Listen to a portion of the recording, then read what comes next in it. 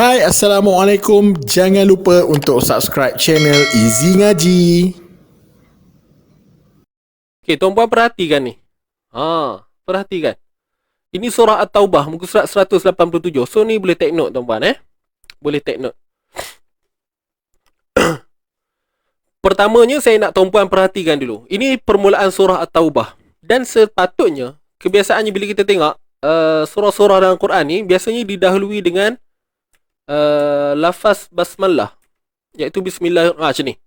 Surah Al-Anfal. Nampak? Surah Al-Anfal. Nama surah kat atas ni.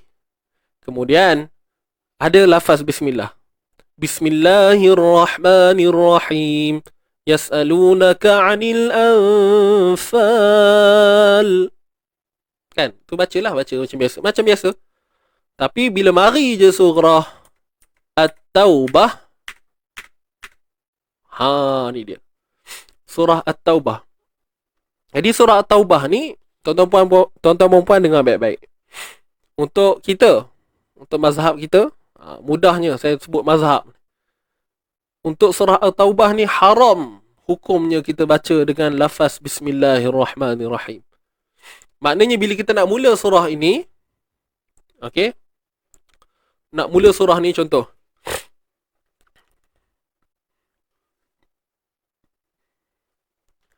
Kita terus sahaja dengan isti'azah. A'udzu billahi minasyaitonir rajim.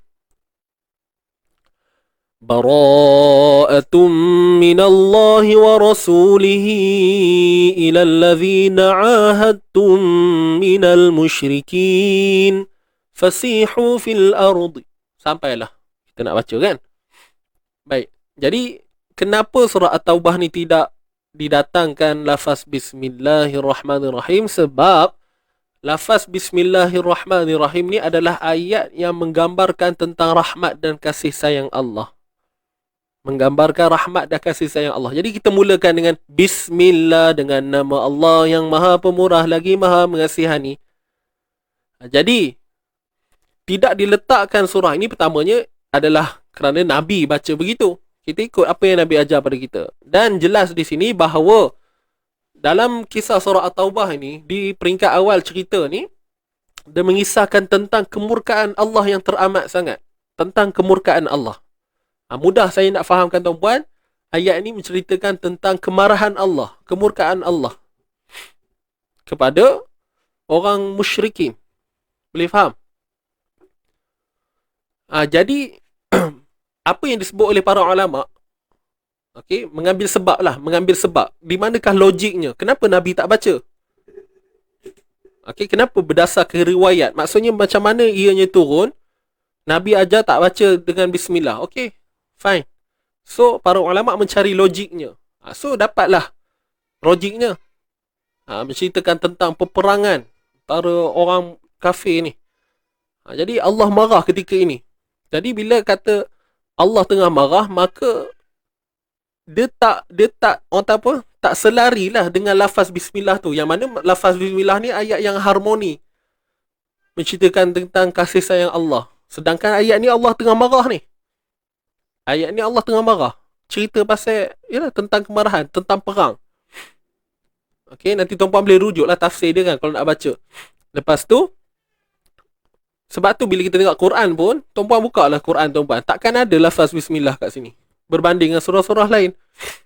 Itu je cerita dia sebenarnya. So kesimpulan dia, apa yang kita kena faham kat sini, haram hukumnya kita mulakan dengan lafaz Bismillahirrahmanirrahim.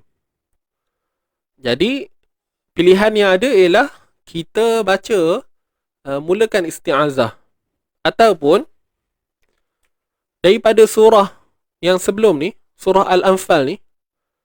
Okey, ni ayat terakhir surah Al-Anfal tau. Ayat 75 ni. Wa ulul arhami ba'duhum. Okey. Kemudian tengok ni, aula bi ba'dhin fi kitabillah. Alright. So, kalau kita kata nak sambung surah Al-Anfal ni dengan surah At-Taubah, boleh? Tapi tak perlu kita lalui dengan bismillah. Tak perlu. Terus je. Innallaha bikulli syai'in alimun bara'atum minallahi wa rasulih. Contoh. Faham tak? Sebab kita kan dah putus dah. So tak adalah permulaan bismillah tu dah. Jadi kalau nak sambung, Innallaha bikulli syai'in alimun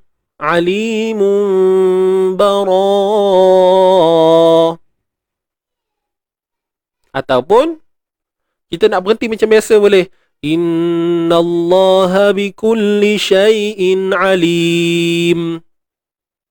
Berhenti saja macam biasa, ma'arid li sukun, terus bara'atum, tak perlu didahului dengan lafaz basmalah.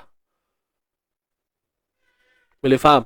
Jadi sebab itulah kita tengok dalam surah At-Taubah tidak diletakkan lafaz bismillah. Ni bukan benda main tuan-tuan. Bila dah kata dah sepakat kata haram kat sini, so kita kena jelas bahawa kita kena tinggalkan. Itu je. Okey, bagaimana pula kalau di tengah-tengah ayat? Contohlah kita baca surah At-Taubah ni. Surah At-Taubah ni biasanya kita baca, contohlah kita baca 187, kemudian kita berhenti kat 189. Maknanya kita baca surah At-Taubah ni tak habis lah. Kemudian nanti esoknya kita nak sambung muka surat 190. Tetapi masih lagi dalam surah At-Taubah. Jadi persoalannya nak mula bismillah ke tak? Baik. So dengar baik-baik. Kat sini ada yang mengatakan makruh. Sebahagian pendapat ada yang kata memang tak boleh langsung. Ada yang kata makruh. Kenapa boleh jadi makruh? Sebab makruh ni benda yang dibenci tuan-tuan. Karaha, benda yang dibenci. Macam kita bulan puasa kan, ada benda-benda makruh yang kita buat, macam gosok gigi lepas waktu tengah hari contohnya. Jadi kat sini pun sama, dia makruh. Jadi benda yang makruh ni kadang ada orang buat juga. Sebab apa mereka berpendapat begitu? Sebab di hujung-hujung ayat ni dah kembali, maksud ayat ni, cerita ni, surah At-Taubah ni di penghujungnya dia dah kembali kepada keadaan yang harmoni lah. Macam tu. Keadaan tu lebih nampak harmoni, lebih kepada pergi ke unsur ketenangan balik. Kalau tadi marah tu betul-betul tu, mula-mula tadi. So bila dah berada di sini, cuma mudahnya kalau saya sendiri secara peribadi, saya memang tinggalkan je. Maknanya kalau kita nak mula balik esoknya tu muka surat 190. Isti'azah dan terus a'udzubillahi minasyaitonirrajim.